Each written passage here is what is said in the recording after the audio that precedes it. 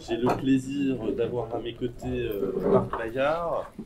Donc, pour éviter d'écorcher son titre, j'ouvre mon anti-sèche. Donc, responsable du développement culturel et scientifique au Mobilier National, et qui est aussi le fondateur de cette nouvelle revue Slow Made, métier d'art, design et savoir-faire, et du livre Slow Made qui fait suite à la création d'un mouvement, d'un manifeste. Enfin, tu vas nous en dire un peu plus. Donc je te cède immédiatement la parole. Merci Aurélien, merci de m'inviter dans cette prestigieuse école, d'autant plus que votre ancien directeur est maintenant chez nous, donc René Jacques Meyer, et c'est un immense plaisir de travailler avec lui. Aurélien m'a ajouté un gant de défi, c'est-à-dire faire le lien entre la conférence précédente et la mienne, mon propos, qui est le Slow Made, et je relève le défi, sans vouloir faire de la pub, par la publication dans la revue, puisqu'il y a un extrait d'échange qui a été fait dans le cadre des festivals des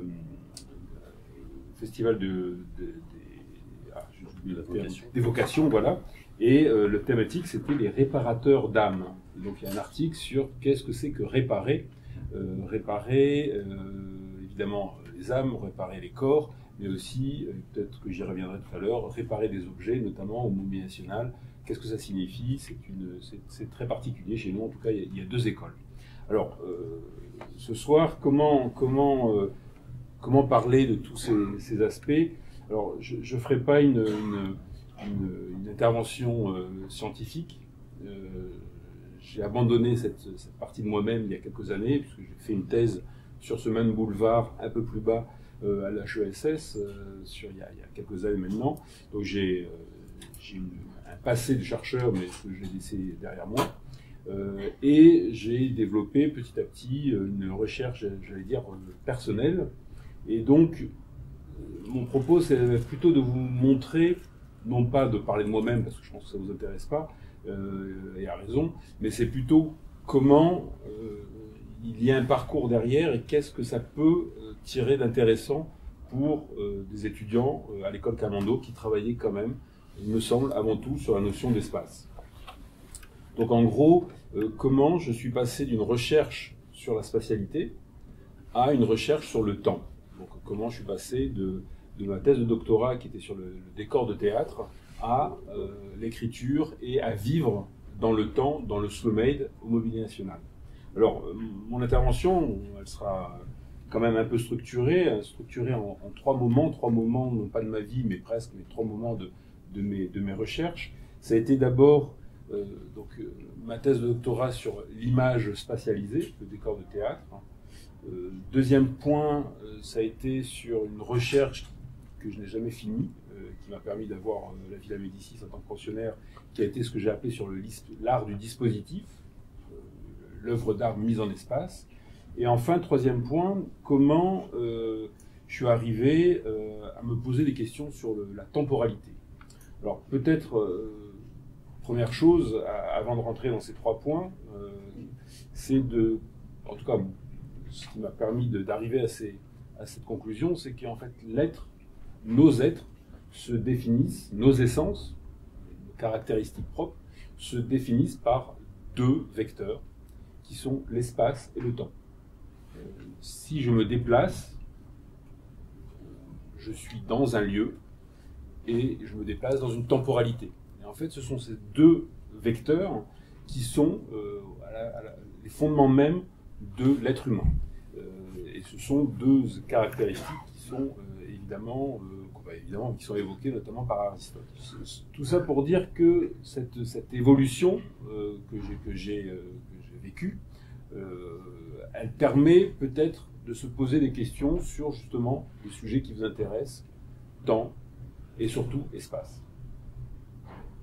Alors, là aussi, par précipitation, parce que certes j'ai créé le Slow Made, mais j'ai pas beaucoup de temps, c'est très bête, mais donc j'ai pas eu le temps de préparer un PowerPoint, donc je vais avoir recours à ce qu'on appelle en mot scientifique l'exphrasie, c'est-à-dire la description. Donc il va falloir m'écouter parce que j'ai pas d'image pour appuyer mon propos, donc ça sera que sur mes paroles que que vous pourrez peut-être suivre mon intervention. Donc 3 points. D'abord, l'image spatialisée, au XVe au XVIIe siècle.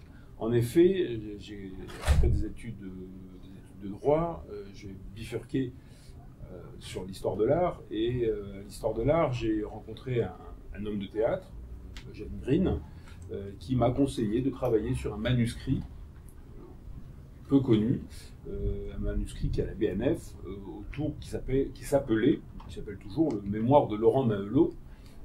C'est un mémoire qui présente 47 dessins de scénographie du XVIIe siècle. Je vous passe tous les détails, mais en gros, j'en arrive, j'ai fait quand même 7 ans de thèse, plus 2 ans de maîtrise comme master à l'époque et 1 an de DEA, donc ça m'a pris un peu de temps. Ce mémoire de Laurent Mahelot en 47 dessins, j'ai réussi à plusieurs choses. D'abord à découvrir que Laurent Mahelot n'avait, je dirais pas aucun intérêt, mais très très peu d'intérêt, car a priori il n'était qu'un régisseur, mais qu'en fait que le vrai décorateur était un nommé Georges Bufquin. Vous ne le connaissez pas, c'est normal, je suis certainement le seul à le connaître, mais Georges Bufquin avait son intérêt puisqu'il était le décorateur de Richelieu, et que Richelieu, en son palais royal, qui existe toujours en partie, il avait 2 artistes à sa botte, si je puis dire. D'un côté, Philippe de Champaigne, un des plus grands peintres du XVIIe siècle, et Georges Bufquin, qui était peintre du roi, j'ai découvert, qui était peintre du roi, et surtout, il était le décorateur de l'hôtel de Bourgogne au XVIIe siècle. Alors, pourquoi s'intéresser à 47 dessins? Il a fallu que je tire le raisonnement. Tout ça dans une institution, l'école des hautes études, qui, comme vous le savez peut-être, est une école de transdisciplinarité et qui s'attache à ne pas être dans des compartimentations méthodologiques. Donc, j'ai pu faire une thèse avec un historien de la littérature, un historien de la philosophie, qui s'appelle Yves Hersant. Donc, mon travail consistait à naviguer entre histoire de l'art, histoire de la littérature, histoire de la philosophie, tout en me rattachant quand même à l'histoire de l'art. Donc je suis arrivé quand même à travailler sur le décor de théâtre, alors non pas en scénographe, non pas en historien du théâtre, mais en historien de l'art. Alors ça voulait dire quoi, travailler sur le décor de théâtre en historien de l'art? C'était travailler sur l'image spatialisée, la spatialisation de l'image. À un moment donné, extrêmement important pour l'histoire de la pensée. En gros, Georges Bufquin fait ses dessins dans les années 1630. 1630, il y a une date qu'il faut retenir dans ces années-là, c'est 1635, ce qu'on appelle la querelle du Cid, et 1635 arrive à son aboutissement à la création de l'Académie française en 1635. 1635, c'est donc l'État qui, c'est certainement un des premiers actes fondateurs de l'État culturel, évoqué par Marc Fumaroli dans les années 90. C'est la première fois que, face à une querelle extrêmement violente, et je vais revenir un petit peu pourquoi, parce que derrière ça renvoie au statut de l'espace, en 1635, l'État dit, bon maintenant on arrête de rigoler, on va soutenir les artistes, les créateurs qui s'inspirent des anciens, qui s'inspirent de l'Antiquité, qui s'inspirent d'Aristote. C'est l'acte fondateur de ce qu'on pourrait appeler le classicisme, qui va pas durer jusqu'à aujourd'hui. En tout cas, c'est une réponse de l'État en disant, bon, maintenant ça suffit, on va considérer qu'un artiste ne peut créer qu'un monde de règles.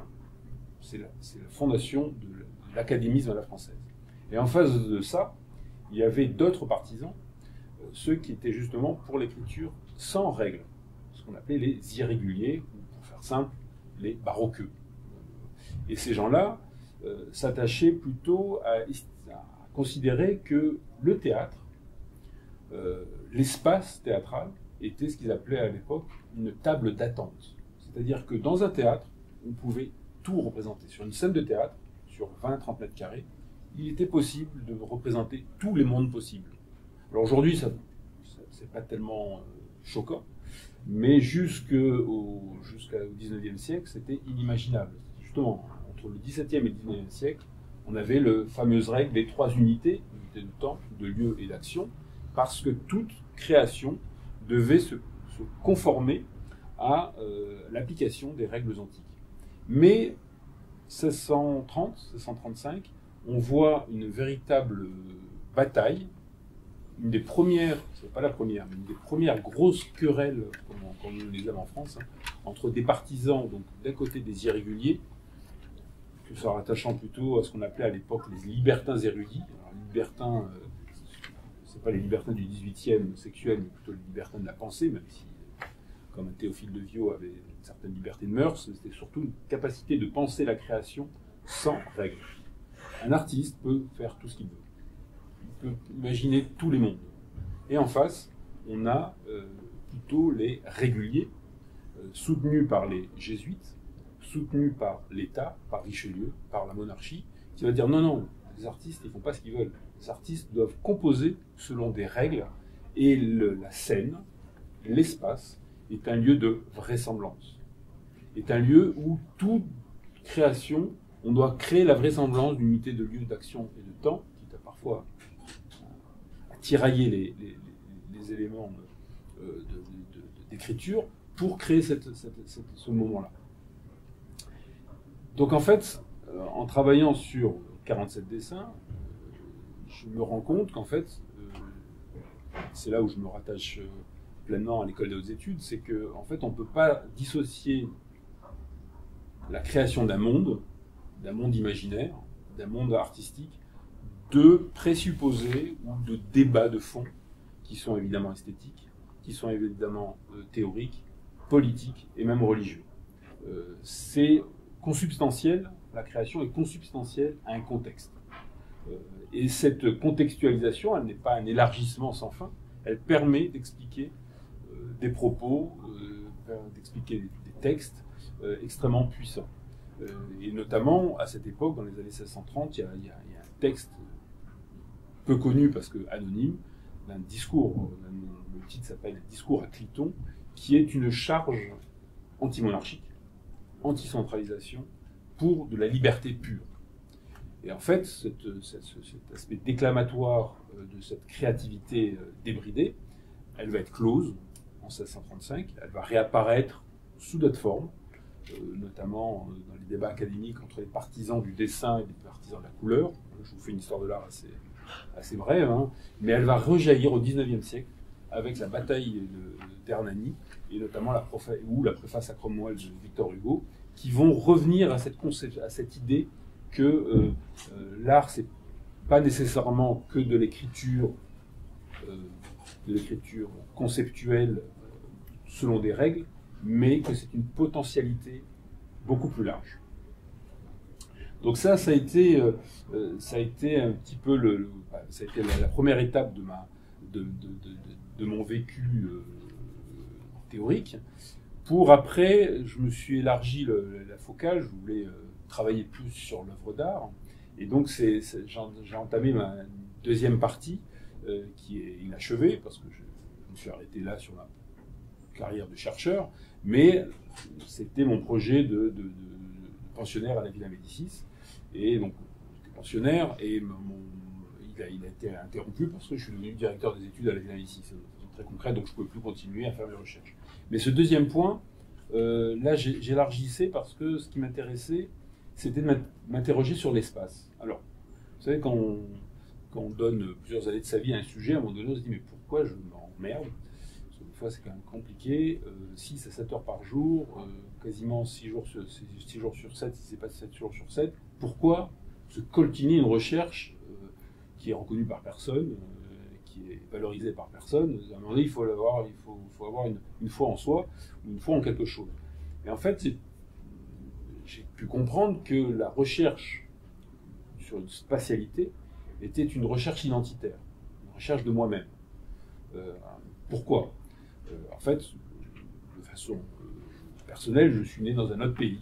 Je suis né en Algérie, ayant perdu une culture, ou ayant perdu plutôt ce que Camus appelle une matricielle, j'ai gagné une culture, la France. Mais du coup, j'étais et je suis toujours en perpétuel désaxement. Et en fait, la question de la spatialisation, de la recherche de spatialisation, ou de la recherche d'un enracinement, était en fait une recherche fondamentale, une recherche de moi-même. Et c'est pour ça que la motivation à finir une thèse sur un sujet qui n'était pas très simple, la spatialité théâtrale, m'a mené à me poser, à aller plus loin sur cette question de l'espace. Alors, cette question de l'espace, elle arrivait dans ce deuxième point sur ce que j'ai appelé l'art du dispositif ou la théâtralité picturale. Ce qui m'a amené, une des conséquences, et Lauriane les a connues, c'est les cartes blanches au Movie National, c'est-à-dire jouer de l'espace pour en définir des caractères sacrés ou pas. En fait, dans ce deuxième point de ma recherche, je suis allé chercher donc des œuvres, des arts du dispositif. Alors, comme ça ne va pas vous dire grand-chose.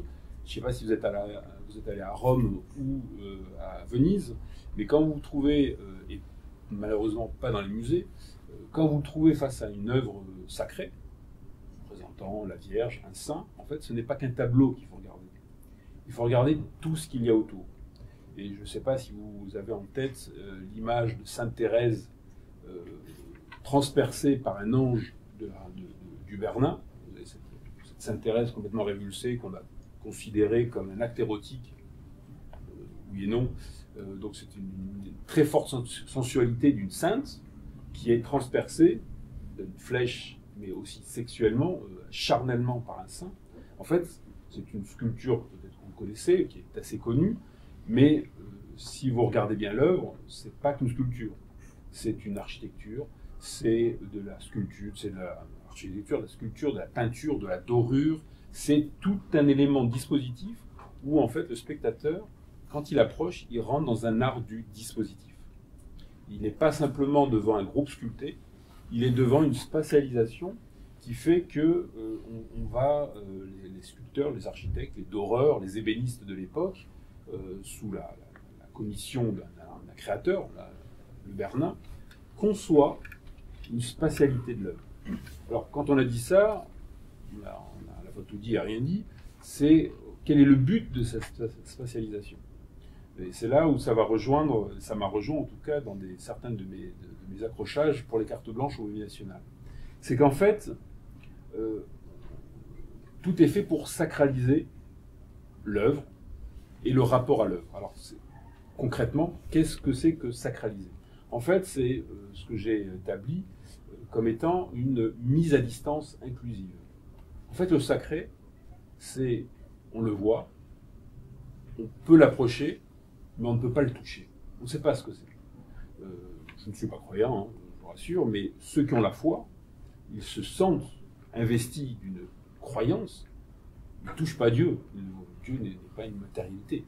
En fait, c'est constamment ce rapport à qu'est-ce qui est de l'ordre de l'intime, mais qui est irrémédiablement séparé. C'est ce trouble que l'on peut créer par rapport à l'œuvre sacrée, mais pas uniquement, aussi à l'œuvre profane, et notamment à l'œuvre d'art et à l'œuvre de l'art décoratif. Alors, la mise à distance inclusive, concrètement, c'est quoi? C'est la possibilité de cheminer dans une image, de cheminer dans une sculpture, de cheminer dans une architecture, mais d'être toujours tenu à distance. Et si vous avez en tête ces chapelles à Venise, ces chapelles à Rome, il y en a peu à Paris, mais il y en a quelques-unes, en fait, vous êtes devant quelque chose, vous le regardez, tous les éléments d'architecture sont faits pour que vous vous sentiez complètement impliqué, mais vous êtes toujours tenu à distance. Et cette spatialisation mise à distance, elle m'a guidé, elle me guide parfois encore dans les installations que j'ai pu faire dans les cartes blanches au Movie National. Je ne sais pas si certains ont vu ce que j'ai pu faire avec Eva Jospin, ce que j'ai pu faire avec Pierre et Gilles, avec Zaya en Marie-Antoinette, avec un certain nombre de choses. C'est toujours jouer, soit par la lumière, soit par des mises à distance, la possibilité d'être dedans tout en étant dehors. C'est ce jeu constant et en fait c'est le principe même du théâtre. Le théâtre, c'est vous êtes dans une salle, vous êtes par la lumière, par la présence, vous êtes dedans, mais vous êtes irrémédiablement séparés. Et ça, c'est ce jeu presque du bidimensionnel, c'est-à-dire que cette séparation, elle est elle naît d'une culture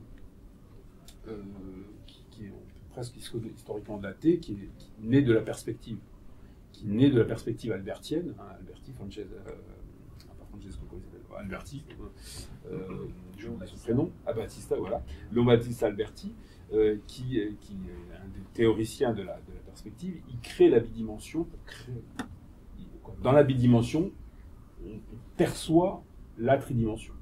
Et c'est Daniel Arras, dans son ouvrage sur les annonciations, qui montre bien que justement la perspective est faite, c'est dans le... Alors j'ai plus sa belle formule en tête, c'est dans la perception mathématique qu'il crée l'ineffable. C'est dans cette construction bidimensionnelle qu'il fait intervenir, que l'artiste fait intervenir le sacré. Et en fait, il y a cette culture bidimensionnelle, mais le spectateur est toujours à l'extérieur.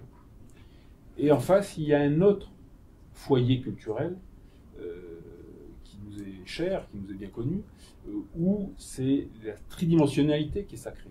Et ce foyer culturel, c'est la France, qui, dès le XIIe siècle, parle décoratif des églises, l'architecture gothique, les vitraux, les éléments décoratifs, va créer le tridimensionnel vécu. Donc en fait, on est petit à petit face à des schémas comme ça, qui ne sont pas clairement énoncés, hein, qui ne sont pas clairement théorisés, mais qui sont quand même très présents entre une sacralité où on est rejeté et une forme de sacralité humaine où on est dans le tridimensionnel. Et on voit bien que dans cette... Et là, je me rapproche petit à petit du mobilier national. On voit bien que l'art décoratif français a cette valeur extrêmement importante, parce que c'est quand même le seul pays qui invente 22 styles décoratifs. Il n'y a pas d'autres pays qui sont aussi forts. J'imagine que ça peut résonner en vous, puisque à l'école Camondo, l'architecture d'intérieur, c'est quand même un élément, le décoratif est extrêmement important, mais c'est cette spatialité qui va donner une valeur presque absolue à l'être et à l'être humain. Donc, dans cet art du dispositif, on voit bien comment on passe d'un art du religieux, d'un art du sacré, à un art du vécu, à un art de l'individu. Et l'acmé des arts décoratifs, c'est le XVIIIe siècle. Le XVIIIe siècle invente beaucoup de choses, il y a un siècle des Lumières, mais invente les styles, invente le sujet, invente la conscience collective et la conscience individuelle, ou en tout cas le porte une certaine acmé, invente aussi la distinction entre la sphère publique et la sphère privée, extrêmement important pour le développement des arts décoratifs. La création des objets, la création des pièces, la distinction sociale et d'usage des différentes pièces, des différents mobiliers, c'est le XVIIIe siècle qui l'invente.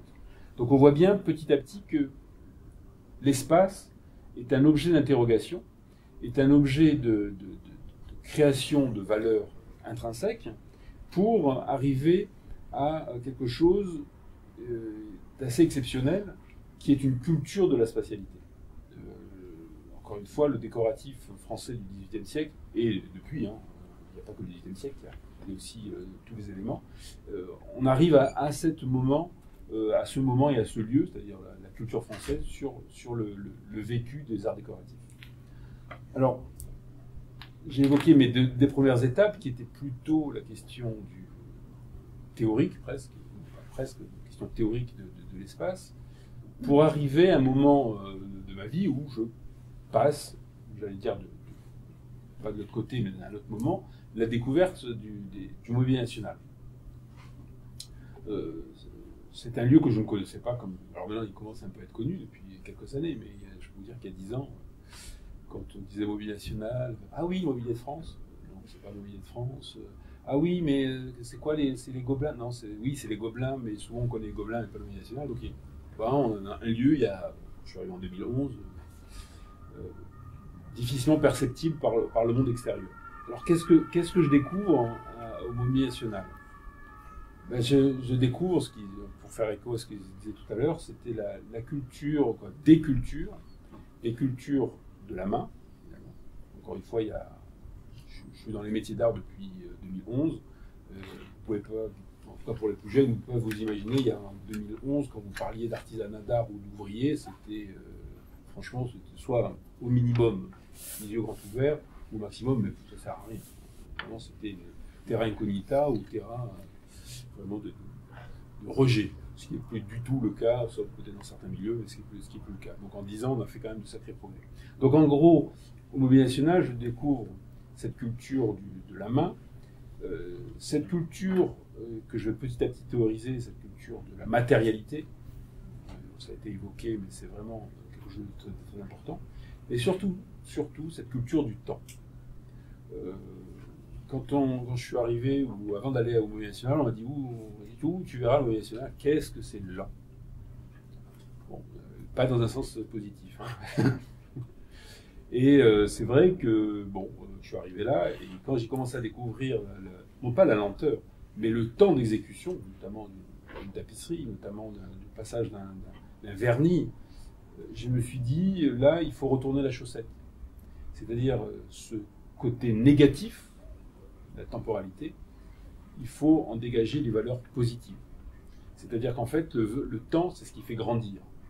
Le temps, c'est ce qui fait épaissir quelque chose. Alors, peut-être qu'aujourd'hui, ça vous paraît normal, il y a 10 ans, ce n'était pas du tout un discours commun. Le temps était lié à la lenteur, était lié à l'escargot du slow food, donc tout ce qui pouvait être, si ce n'est péjoratif, mais pas très valorisé, pas très valorisable. Et en fait, c'est pour ça qu'avec d'autres personnes, on a créé le slow made, qui était une manière, en mots ramassés, de s'approprier une valeur de la temporalité longue. Évidemment en hommage au slow food. Le slow food né dans les années 80 par Carlo Petrini en réaction au fast food. C'était la création d'un McDonald's sur la place d'Espagne. Ils ont dit non, on peut pas, c'est pas les Américains qui vont nous apporter la culture culinaire. Et ils ont créé le slow food et ça a donné un mouvement sur la valorisation du temps. Et donc en fait, en arrivant au Mobilier National, je me suis dit, là, il y a quelque chose à faire, parce que, encore une fois, en 10 ans, on s'imagine à peine la révolution copernicienne sur les métiers d'art, mais il y a 10 ans, c'était vraiment... On ne comprenait pas, hein, on ne rentrait pas au Mobilier National, les valeurs associées au temps de travail du temps étaient complètement nulles, il n'y avait que la rapidité, que la surconsommation, c'est toujours le cas, mais un peu moins. Du moins, on a développé d'autres points de vue. Donc le slow made, c'était... passer sur l'autre pôle que j'ai évoqué tout à l'heure, c'était passer d'une valorisation, d'une interrogation sur l'espace à une interrogation sur le temps. Et en fait, je bouclais la boucle, puisque, comme je vous l'ai dit tout à l'heure, je me suis cherché pendant presque 15 ans, heureusement je me suis trouvé, mais cette temporalité longue, vous savez quelque chose, hein, j'imagine, n'est pas du tout, et peu appréciée. Quand on fait une thèse, ah oui, en gros, je perdais mon temps, à quoi ça va me servir, et ce temps long n'était pas trop quelque chose que l'on considère. En sachant que j'avais pas du tout le syndrome du concours, j'ai passé un ou deux concours, une Sciences Po, c'était pas bon, non pas sur la question des éléments intellectuels, je vais montrer que quelques éléments intellectuels, mais j'étais pas dans la rapidité. Je le suis pas, toujours pas. J'ai du mal à penser rapide. Et en fait, j'ai développé ce que j'ai appelé une pensée de la mâchure, la vache qui rumine. Et cette rumination, qui était vue, que je me voyais comme négatif, avec le slow made, je dis ben voilà, en fait, la pensée de la mâchure, elle crée de la valeur économique, culturelle, sociologique, à tout point de vue. Et c'était une manière, donc, avec le slow made, d'arriver à cette valorisation d'un de mes pôles. Alors, le slow made, c'est quoi? Et notamment par rapport au Mobilier National.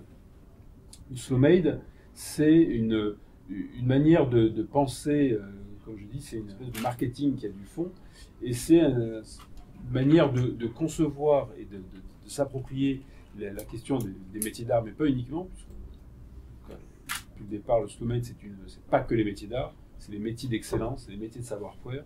Dans le slow-made, je considère un parfumeur, je considère la gastronomie comme une valorisation exceptionnelle du temps. Et les deux points cardinaux du slow-made, c'est donc repenser la valeur du temps et repenser la valeur du réel. Alors, pourquoi repenser la valeur du temps? Là, c'est une rencontre avec un financier, si je puis dire un bon financier, un financier du développement durable, Xavier de Bézère, qui m'a, dans le cadre de nos échanges, m'a dit cette chose qui m'a marqué. Il m'a dit, c'est dans le développement humain, il n'y a pas 36 manières de voir les choses, il y en a deux. Soit il y a une pensée spatiale, c'est-à-dire en gros c'est la pensée de l'animal qui chasse d'autres animaux dans une spatialisation. Il va manger plus petit que lui, la chaîne alimentaire, et il chasse pour pouvoir s'approprier la richesse de l'autre et grossir. Donc cette logique spatiale, cette logique animale est celle de l'homme. Elle continue, depuis la nuit des temps, elle continue. Et elle continuera malheureusement. Peut-être un peu moins avec le développement durable, mais elle continuera.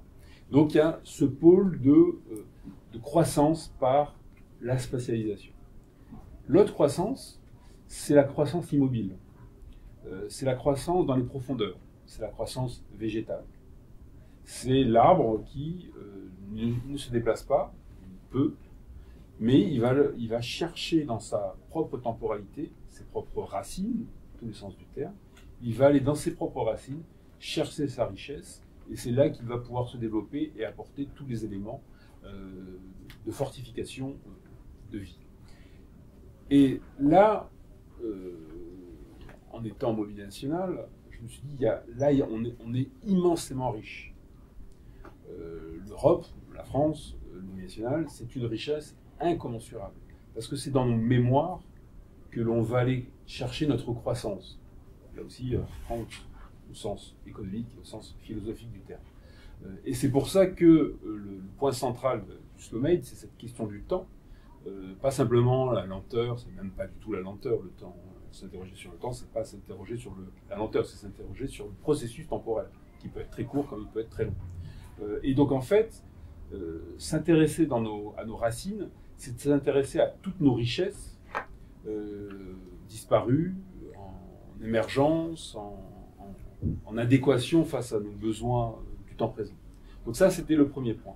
Le deuxième point, c'était la question du réel. Avec derrière, je ne cacherai pas, une visée un peu politique. Je crois qu'une des problématiques du XXe siècle, et de la deuxième partie du XXe siècle, je dirais de ces 50 dernières années, c'est qu'on a perdu le réel. On a perdu, le réel n'étant pas la réalité, si on pourra revenir plus tard, c'est-à-dire qu'on a tellement vécu de nos concepts, de nos pensées, qu'on s'est détaché, complètement déraciné du réel. Je dis souvent, je suis fasciné par le XVIIIe siècle, je suis fasciné par l'impressionnisme, non pas pour ses motifs parfois plus ralinettes et fleuris, c'est pas ça le problème. Ce qui me fascine dans ces mouvements, ce sont des mouvements artistiques qui fondamentalement sont prises avec un réel qui est la nature. Et toutes nos sociétés industrielles, post-45, ont complètement déraciné nos réalités, nos réels. On a mangé on s'est mangé nous-mêmes, on mange nos territoires, on mange nos espaces, en s'abstrayant de toute forme de réel, la nature, la chaleur, le froid et autres. Et c'est pour ça que quand on réfléchit au métier d'art, quand on réfléchit à toute cette matérialité de ces processus, on se rend compte que temps et réel sont en tout cas pour moi, on pourra en discuter, vous ne serez peut-être pas d'accord, hein, mais en tout cas pour moi, c'était les deux points de focalisation extrêmement forts. Et pourquoi je disais que c'était, quelque part, il y a une perspective politique, c'est que je pense que une partie de nos politiques se sont perdus de nos réels, et que ceux qui l'agitent actuellement ne sont peut-être pas toujours très fréquentables. Parce que justement, ils agitent un réel qui, moi, personnellement, ne me conviennent pas. Parce qu'ils sont idéologisés, enfermés généralement dans le rejet de l'autre. Ça peut être l'homme de couleur, ça peut être le riche, ça peut être le pauvre. Pour moi, c'est des catégories qui ne me conviennent pas.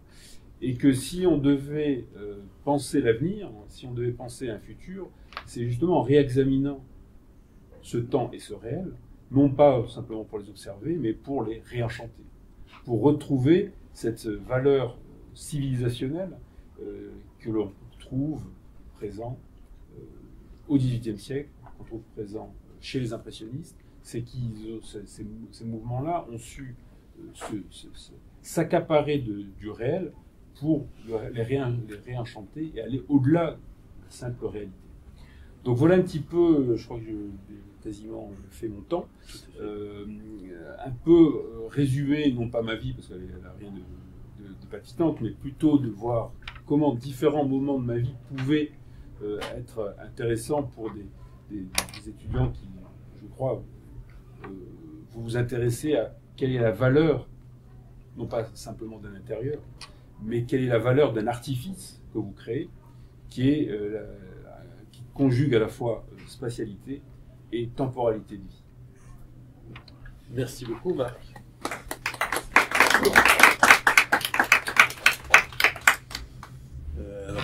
Comme il est désormais de coutume depuis ce matin, je lance le premier ping-pong, mais je vous donnerai évidemment ensuite la parole à toutes et tous. Ce qui fait écho à des choses qui ont été dites pendant cette première journée d'études, c'est notamment la question de l'échelle.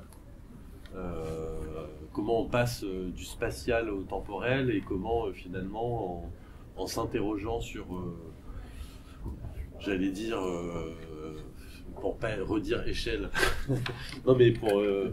graduation. Oui, graduation, mais aussi en fait les situations ou les territoires qui sont circonscrits par justement des dimensions, qu'elles soient spatiales ou temporelles, mais des degrés de grandeur, et comment en changeant cette perspective-là, on modifie justement nos représentations des êtres et des choses, et donc du monde dans lequel on évolue.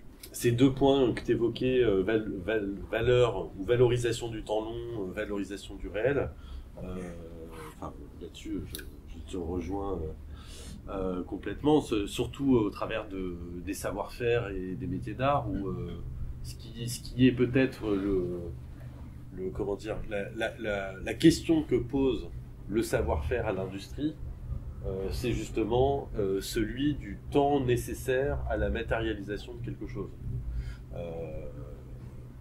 Avec cette idée pour l'industrie que finalement tous les matériaux sont du plastique, au sens où ils sont plastiques, et donc la question de leur transformation, elle tient au moule thermoformé, quoi. Et que ce soit du bois, du métal ou autre chose, en fait le modèle matériel derrière, c'est la plupart du temps celui du plastique. Il suffit de regarder ce que Ikea fait avec le bois, où on coupe des troncs d'arbres pour en faire des copeaux, et en fait il y a plus de colle que de... Enfin, il y a plus de l'industrie pétrochimique dans un panneau de bibliothèque Ikea que de bois, bien qu'il puisse être recouvert d'un simili mélaminé qui recouvre... qui tente de représenter ce matériau-là. Et puis sur la mastication, il y a une chose, ça m'a fait penser à cette phrase de Nietzsche dans la généalogie de la morale, qui dit à peu près en ces termes: il manque à l'espèce humaine quelque chose de la race bovine, savoir ruminer. Avec cette idée... non mais la question du temps de la digestion. C'est-à-dire que pourquoi elles ruminent, les vaches? D'abord parce qu'elles ont plusieurs estomacs, et que le processus de digestion pour elles n'est pas comme pour nous. Il est beaucoup plus long et beaucoup plus complexe. Et pour Nietzsche, c'est une façon de dire effectivement à la fois qu'il faut regarder les choses dans leur durée, mais aussi en quelque sorte en les mettant en perspective. Enfin, toujours chercher la profondeur, aussi bien dans l'ornement que dans le concept, finalement. Comme le dit souvent Armand Béard, ici présent, citant je ne sais plus quel artiste, mais il nous fera le plaisir de tout dire de qui est cette citation. Le fond, c'est la forme qui est... Non, la forme, c'est le fond qui remonte à la surface. Hein? Il y en a plein, en fait. Oui. Mais voilà. Ça a été attribué à Cézanne, après ça a été attribué à d'autres... Godard se l'est attribué, mais il s'est attribué plein de trucs. Ouais. Mais il me semble que c'est plutôt Cézanne. Alors Cézanne, c'était savoir-faire. Savoir-faire, faire savoir. Savoir-faire, puis, faire fait, savoir, ouais. et puis il y a un troisième terme. Faire, savoir-savoir, voilà. Je ne sais pas si tu veux rebondir. Oui, en tout cas, cette question d'échelle, évidemment, elle m'intéresse. Là aussi, souvent, je dis par provocation, mais qu'il n'en est pas une. On vit en fait une époque formidable. Vous pouvez peut-être en douter, mais en fait, elle est vraiment formidable. Parce qu'elle permet de tout réinventer. La nouvelle génération, si elle fait attention, elle n'est prisonnière de rien. Elle n'a aucun modèle qui peut être imposé, ce qui n'était pas mon cas. Il y a quelques personnes de ma génération, mais dans les années 80-90, on était prisonniers de modèles. L'Est-Ouest, ça signifie quelque chose. La crise des missiles, bon, j'étais tout petit, mais je m'en rappelle. On ne pouvait pas savoir ce que c'était le communisme. On était vraiment prisonniers. Aujourd'hui, non, à part les modèles religieux qui veulent nous être imposés, mais on peut tout réinventer. Et ça, c'est assez formidable. En fait. Et surtout, on peut justement redonner la place de points à la place au temps. Là aussi, bonne nouvelle, c'est pas si mal de vieillir. Ça permet de prendre beaucoup de recul et justement de redonner de l'expérience, de redonner de la force, et de ne pas être que dans l'instant T, dans l'instant présent. Et surtout, l'autre moment, je trouve assez fantastique, c'est ce que je disais tout à l'heure sur la question du réel. Toutes les interrogations sur les matériaux, tout ce que j'ai appelé dans le livre, le sommet sur l'art texturel, la texture, c'est essentiel. Vous êtes futur décorateur, le toucher est extrêmement important. Ce qu'on disait tout à l'heure sur la personne du graffiti, quelqu'un qui au toucher va avoir sentir et avoir un symptôme, et ben, ça c'est une dimension que l'on avait perdue depuis 45. Il fallait surtout pas être très très peu. On était dans la standardisation, dans la consommation en temps. On l'est toujours, hein. Mais on peut l'être un peu moins. Et ça, cette réappropriation du corps, cette réappropriation de ce réel qui nous entoure, dans toutes les dimensions, hein, ben ça, moi je trouve ça assez fascinant parce que ces 50 dernières années, c'était des dimensions qui avaient, je dirais pas disparu, mais qui étaient cantonnées à des minorités, agissantes ou pas, mais voilà. Maintenant, on peut le revendiquer. Et ça, c'est plutôt sympathique.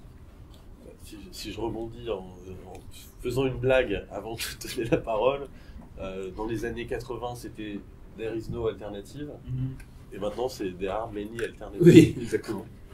Et c'est vrai qu'il y a peu de générations dans l'histoire de l'humanité qui ont l'occasion de repenser de A à Z leur cadre de vie ou leur mode de relation. Ce qui est flippant, hein. Ce qui est non, mais parce qu'il n'y a pas de maître. Hein. La liberté, c'est l'angoisse. Bah oui.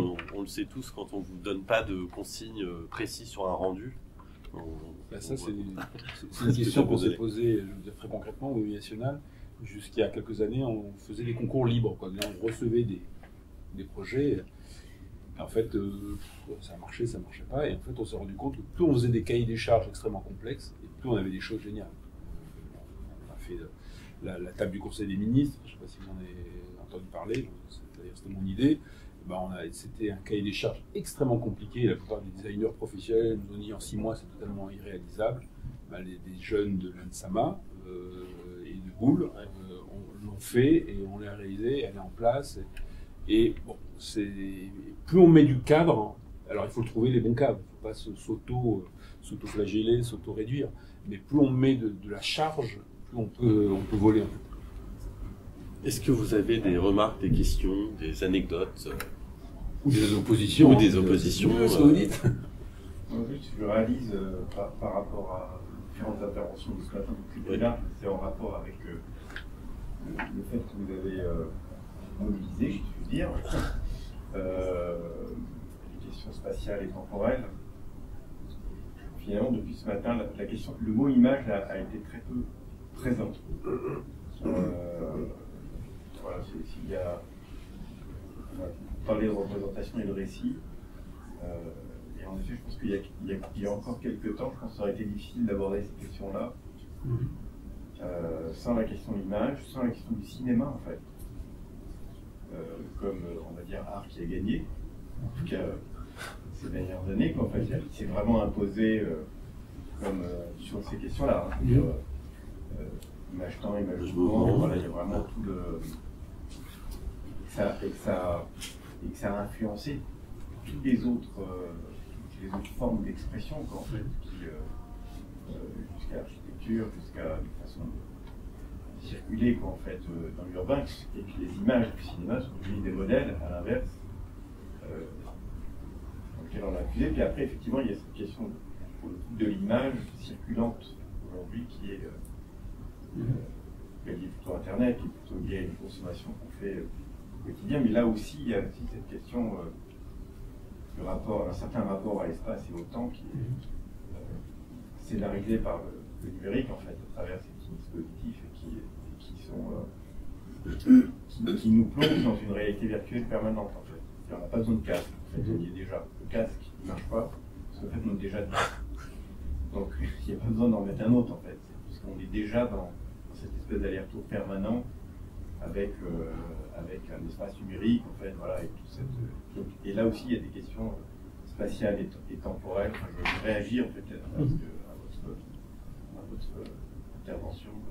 Ça m'a aussi évoqué toute cette question-là, effectivement, du statut de l'image, du rapport, effectivement, à la représentation et aux nouvelles modalités de construction, en fait, qui passent là, pour le coup, aussi par les applis, Insta, voilà, tous ces... Mais merci de faire cette remarque, parce que ça me permet de rebondir en disant qu'en fait, là aussi, on est dans une époque formidable, sans mauvais jeu de mots, parce que en fait, on voit émerger deux polarités, qui ne sont ni contradictoires ni opposées, mais qui sont, à mon sens, complètement complémentaires. Évidemment, d'un côté, la virtualisation de l'image, l'intelligence artificielle, le numérique, tout ce qui vous éloigne, en fait, qui crée un sentiment de proximité, mais qui est fondé sur que du numérique, du vent, quoi. Donc ça, ce pôle qui émerge, ça fait du temps qu'il émerge, mais qui grossit, et on peut en avoir peur. Je ne cache pas que là, grâce à un collègue, j'ai un peu tâté du chat GPT, c'est effrayant, mais à la fois fascinant, ce que peut faire l'intelligence artificielle. Mais je me dis d'un autre côté, qu'est-ce qui grandit de plus en plus? C'est le monde du réel, dont tous les apprentis de cette école sont des artisans, des artistes du réel. Quand vous faites une décoration, quand vous faites une architecture d'intérieur, quand vous faites de l'architecture, ok, il y a l'image, il faut penser l'Instagram, mais il y a quand même le vécu. Et je crois que moi, par exemple, dans les cartes blanches, que je fais dans une toute petite salle, je me faisais un point d'honneur à me dire qu'aucune de mes cartes blanches ne pourront être visibles complètement par l'image du téléphone portable. Et en fait, quasiment aucune des cartes blanches, le téléphone portable ne donnait... Oui, on pouvait faire une photo, mais ça ne donnait pas la dimension spatiale dans 70 mètres carrés. Hein. Parce que le vécu, pour moi, par le jeu des lumières, par le jeu du déplacement, c'était l'effet waouh spatialisé. Donc en fait, je crois profondément, alors c'est peut-être plus de la croyance, mais c'est qu'en fait, c'est pas l'un ou l'autre. Je fais pas du Macron en disant ça, c'est l'un et l'autre. Si on doit être en résistance, c'est non pas contre les technologies, parce que ça, on ne résiste pas contre les technologies, ça, j'y crois pas. En revanche, c'est affirmer autre chose. Face aux GAFA, on va affirmer la force du réel, la force de nos métiers d'art, de la force de l'ingénierie qui va appliquer quelque chose de réel. Et ça, si l'Europe a quelque chose un imaginaire à développer. C'est pas simplement l'imaginaire du luxe, parce que le luxe, c'est un imaginaire de l'image, mais c'est aussi, alors, je ne rentre pas dans le débat si c'est vrai ou c'est faux, hein, mais cet imaginaire du réel, leur storytelling, ils ont bien compris, ce qu'ils vont raconter ces récits, parce que derrière, il y a du réel. Et je crois que dans toutes nos écoles d'art appliquées, dans toutes nos formations, des campus, c'est en fait, c'est porter cet imaginaire du réel à développer. C'est pas simplement penser l'Instagram, penser demain le métaverse où vous ferez des décorations métaverse, ok. Mais à un moment donné, vous aurez toujours, quoi, il faut se battre, hein, en tout cas, il faut aller vers la déclaration et vers l'augmentation de l'imaginaire du réel. Parce que sinon, là, oui, on sera mangé par le virtuel.